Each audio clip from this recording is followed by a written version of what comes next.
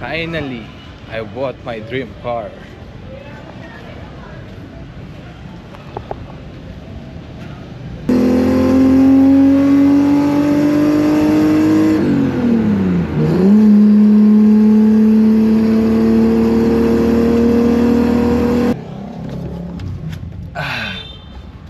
So, this is a Nissan Skyline R33 GT ST.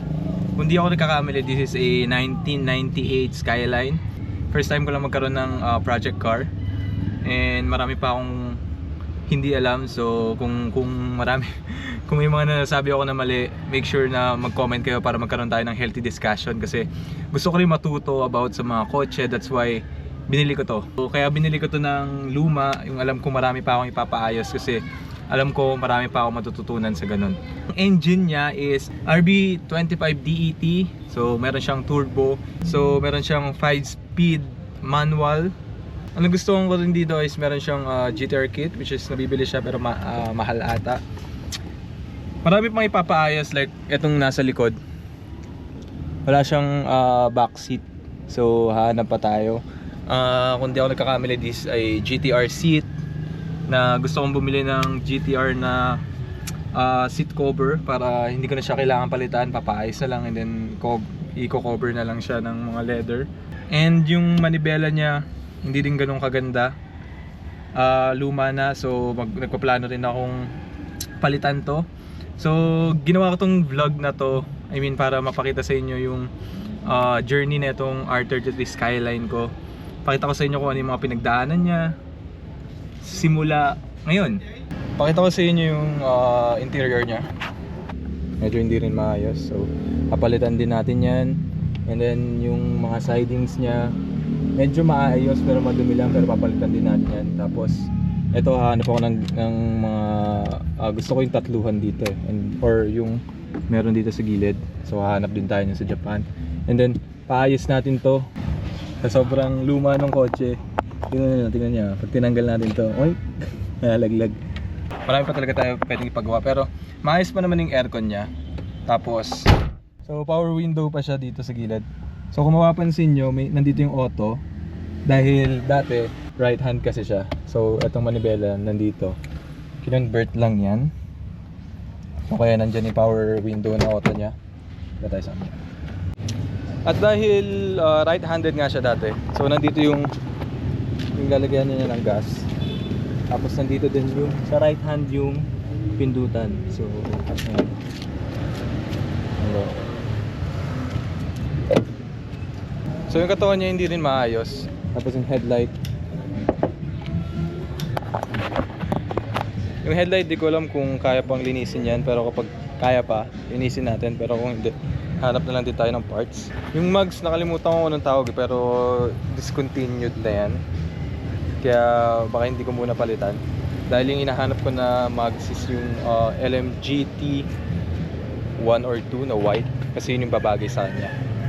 Tapos sa likod, ito yung itsura niya.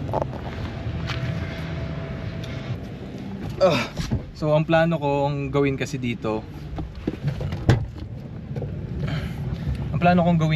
is loob muna yung papaayos ko. As in, pagandahin ko loob, wiring, yung makina niya, which is naumpisa na yung wiring. And then yung sa likod, bago ko ayusin yung labas. So ang bala ko is silver. Tapos nabili ko pala siya noong so nabili ko siya noong December 12. And ang date ngayon is December 24. And inuwi ko siya, and then tinry ko muna, tinignan ko kung ano yung mga dapat ipagawa. Tapos binalik ko siya dun sa may bubuo nito. Kalimutan ko yung shop pero lalagay ko sa gilid. Ginawa niya ulit yung wiring, yung mga dapat ayusin para ma-drive.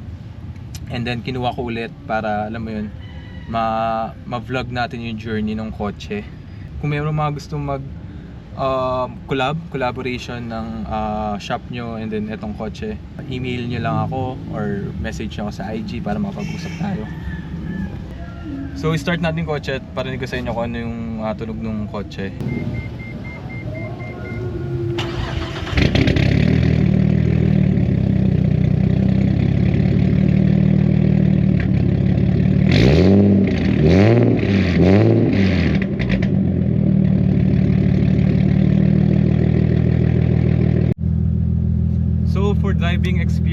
naman. Siguro patay ko muna yung makina kasi maingay yata.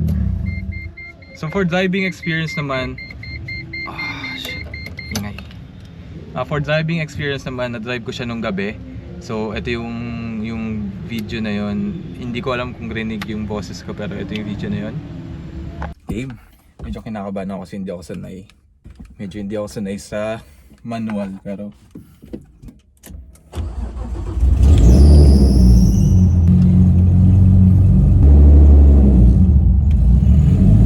bigat talaga ng ano niya.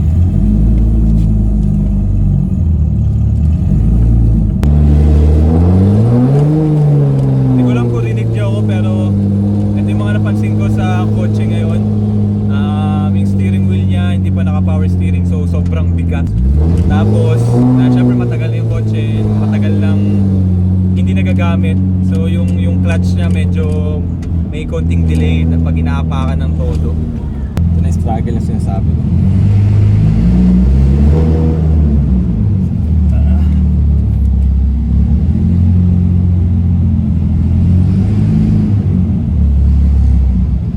Nagko-practice pa lang ako mag-manual. Ito yung first time ko magkaroon ng kotse na manual. Pero natuto ako mag-manual sa mga jeep.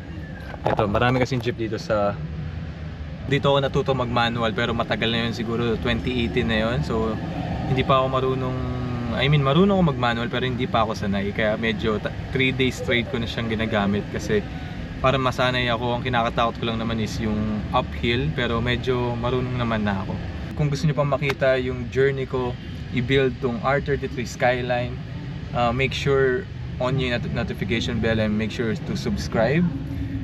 Thank you guys for watching, and I'm so excited na mabuo tong dream car ko.